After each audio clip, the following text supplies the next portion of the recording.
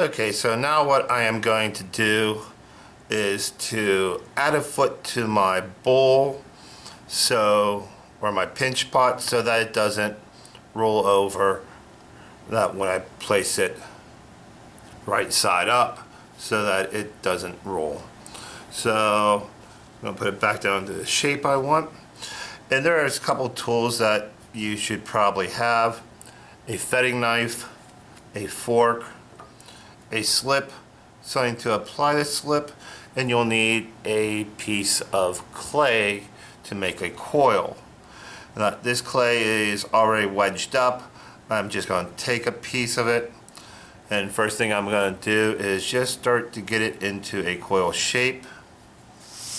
Then I am going to take my palm and try to evenly press on the clay to make a coil. I'm not trying to make it flat or lopsided, which a lot of students have a hard time keeping it in a coil shape, and it comes out to be almost like a flat pancake.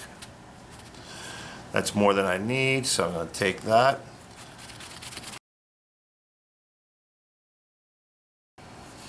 And I want it to be basically the same size. So that looks like a good size thickness to my coil. The next thing I want to do is figure out where I am going to place it on here. Okay. And don't worry if your piece cracks a little bit, you can blend it back together. And after I do that, I am going to turn it over, kind of let it sit and see if it's even. If it's not, I am going to have to move it. And I'm not pressing it down on hard because I have something I need to do before I attach it.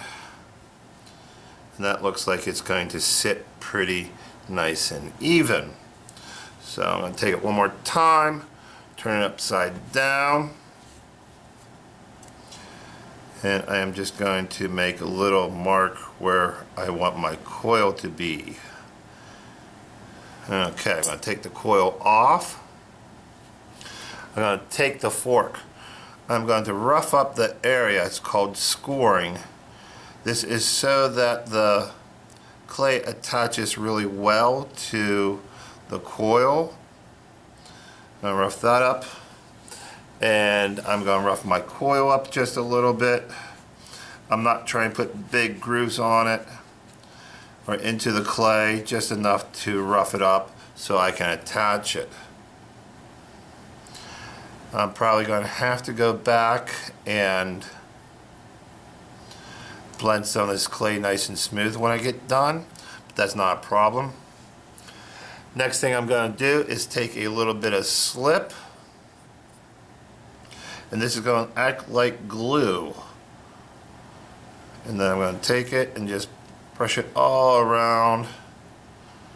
Then I'm going to take my coil and I'm going to put it up on there, press it down into the clay, make sure it sticks. I'm going to turn it over one more time to make sure it's sitting the way I want to. I'm going to tap it a little bit so that it's nice and even. Okay, so that's the way I want it. And then I'm going to go and start blending the coil into my piece so it looks seamless. And you can do that with your finger, or I do have some other tools like this. I can do the same thing and go around and blend it in. I prefer using my fingers. I think I have more control that way. I can feel the clay, how it's responding, if I need to make an adjustment in the clay. So I'm just going to blend that all the way around.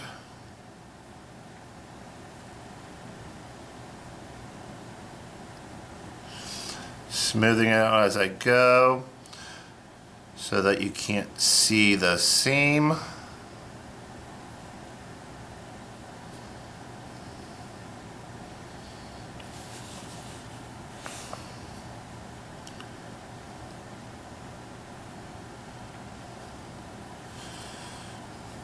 And you can see how you can't see that seam versus that. We don't want that.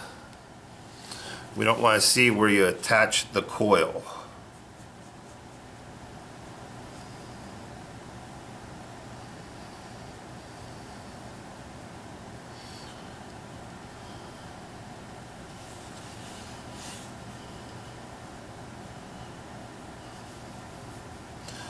Again, those people who take their time to do this nice and neatly, your piece is going to turn out a lot better than if you try to rush through it. I can't stress enough taking the time, having the patience to blend everything in nice and neatly, making it smooth as possible. I'm going to do the same thing on the inside here, blend it in. I think this time I will be using a tool to do this.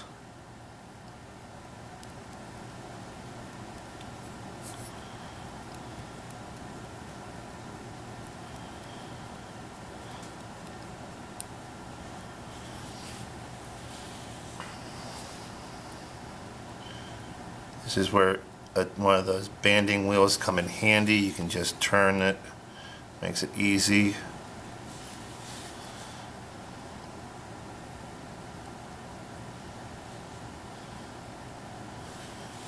And then I will eventually go back and smooth this out. Again, I like to use my fingers. I think I have more control that way. Or I should say, I know I have more control that way. Plus, it's just a preference.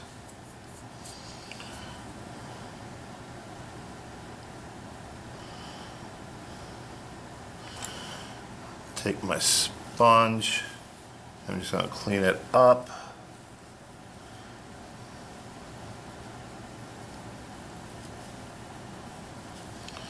Make everything look nice and neat.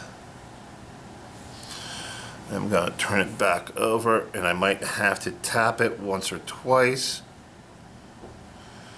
so it sits nice and neat. And that is my piece. I'm going to just make sure it's the shape that I want. And I'm going to put that off to the side. So that's one way of putting a foot on the bottom of your piece. And if you get a narrow little section like that, you could take a piece of clay, and as long as the clay is at the same state of wetness or as in dryness, you can take it and blend it in and it should be okay. Okay, so that's one way of making your pinch pot being able to sit without rolling over. Okay. Okay, I have another pinch pot here, and this time I am going to demonstrate putting 3 legs on. And before we work with this, I am going to roll out my legs. Again, taking another piece of clay, making a coil. And you can actually make your legs any way you want. They don't have to be coils. I think one year I had somebody who did a set of arms and hands that created the legs for the bowl. But if you choose to do a coil, I would make sure that the thickness of each one is the same for the legs.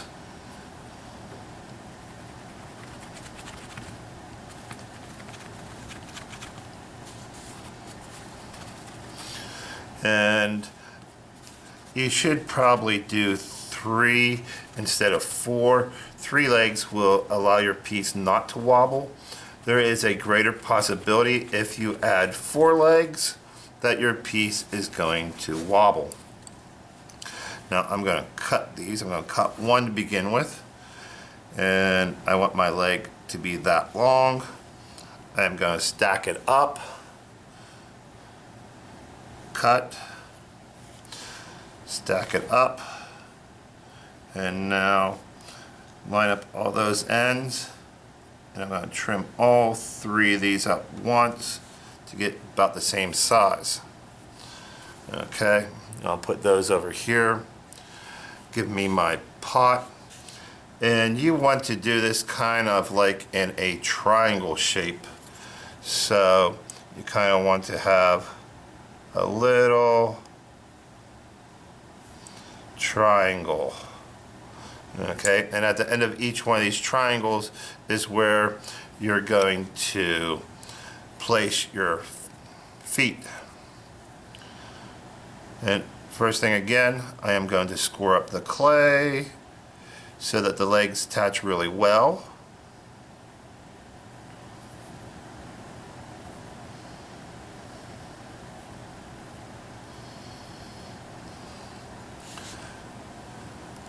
I'm also going to score up the legs themselves.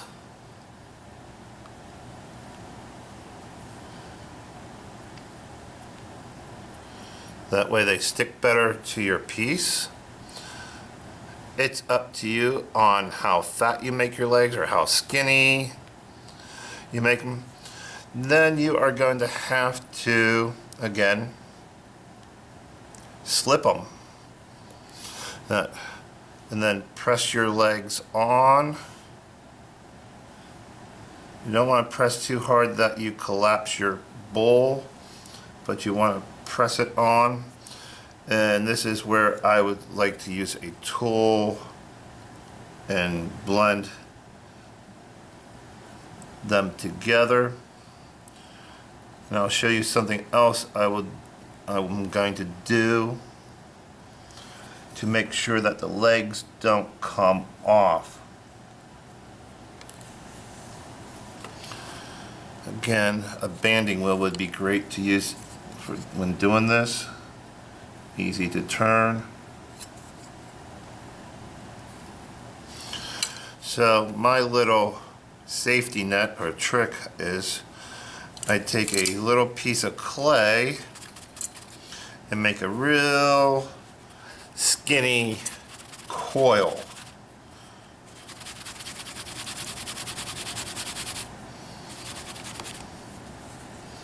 And I'll put that coil, I'm going to wrap it around the bottom of the pot and the top of the leg. And I'm going to blend that in to both. That way, just to make sure that my leg does not come off when it's fired. So this is just an extra insurance policy, and I'd recommend doing it.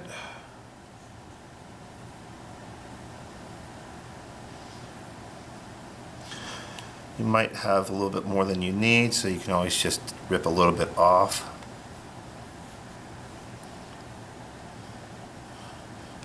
Again, taking your time, blending everything together. Now I'll blend it up into the leg itself.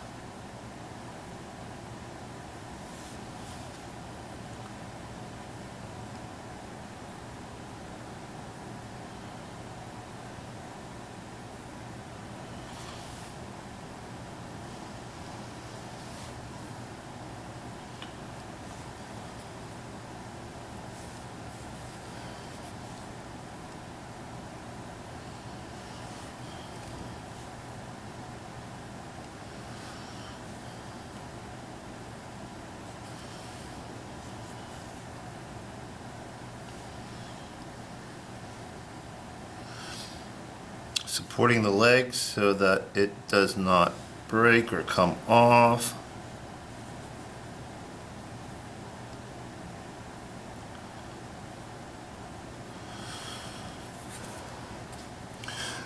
And then when you're done, you can take a damp sponge with very little water in it, go around, clean it up.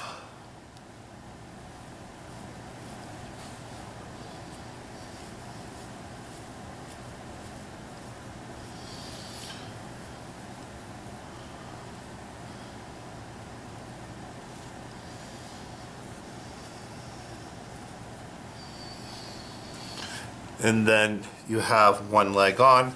Now you need to repeat this step 2 more times.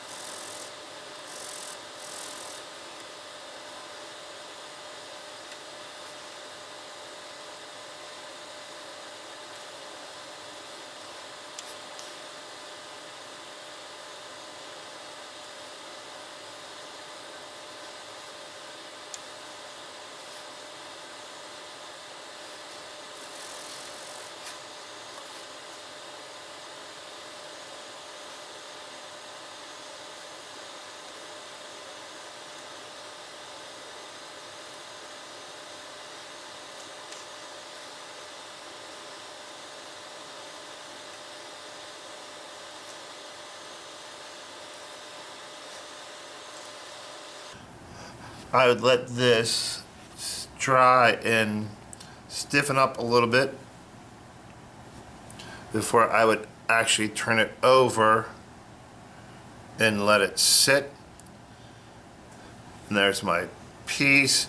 I'm not going to let it sit there for long because it will collapse. I need to let it dry some. So I'm going to turn it back over, let it dry. Then after it becomes leather hard, I'll turn it back over. And if it's not sitting perfect, then I'll take the fetting knife and I'll trim a little bit off of the feet to make the piece sit evenly. But that's how you would attach legs or feet to your pinch pot.